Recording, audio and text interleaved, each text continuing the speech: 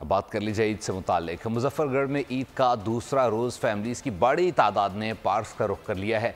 बच्चों की खूब मौज मस्ती हल्ला गुल्ला जारी है। बच्चों का कहना है कि मीठी ईद में ईदी भी ज़्यादा मिलती है और सभी खर्च करनी है। नुमाइंदा बोल न्यूज़ राव कामरान बच्चों के हमरा एक पार्क में मौजूद हैं, उन्हीं से जाते हैं। कामरान, अपडेट कीजिएगा, बच्चे क्या कह रही हैं?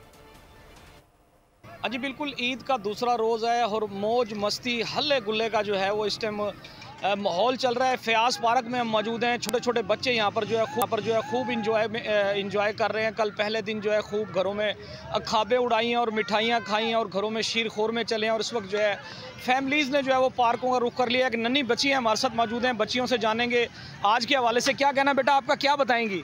कल ईद का पहला रोज़ था। कल मैंने खीर खाई थी, शामी कबाब खाए थे और ढेर सारी चीज़ें खाई थी। आज ईद का दूसरा रोज़ है और आज मैं इधर आई हूँ अपने फैमिली के साथ। इधर हमने ढेर सारी चीज़ें लेनी और अपनी सारी ईदी खर्च करनी है।